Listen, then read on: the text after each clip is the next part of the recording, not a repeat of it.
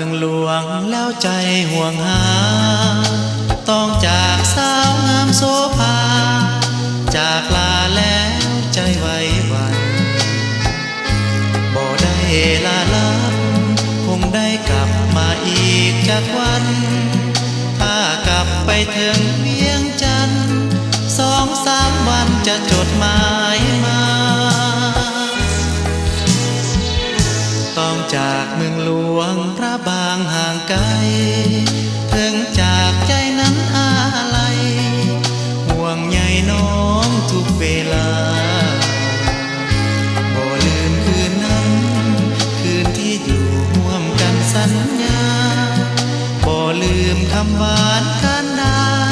ให้สัญญาอยู่ฝั่งน้ำคาน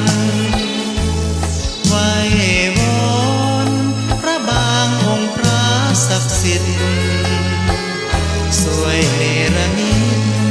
ให้ความรักสองเฮายืนนานพระธาตุภูสีงามเด่นยังเป็นพยานอย่าลืมเด้อคำสาบานบ่นานจะย้อนมาใหม่จำจากเมืองหลวงพระบางห่างลาจำจากสาวงามโสภาต้องมาหาน้องให้ได้จะมาสู่ขอนำแม่พ่อด้วยความจริงใจจงรอความรักจากอ้ายขอฟังใจอยู่หลวงพระบาง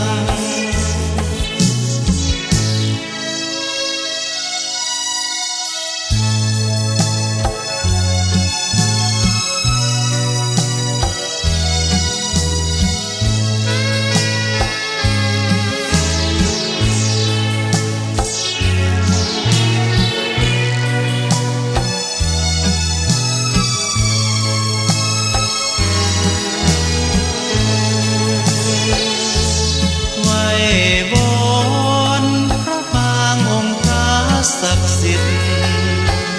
สวยเนรมิตให้ความรักสองเฮายืนนานพระธาตุภูสี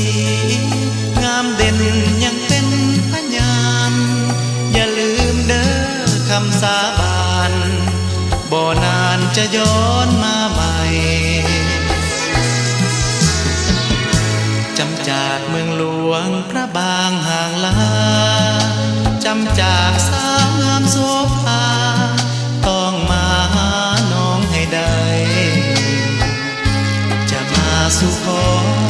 นำแม่พ่อด้วยความจริงใจจงรอ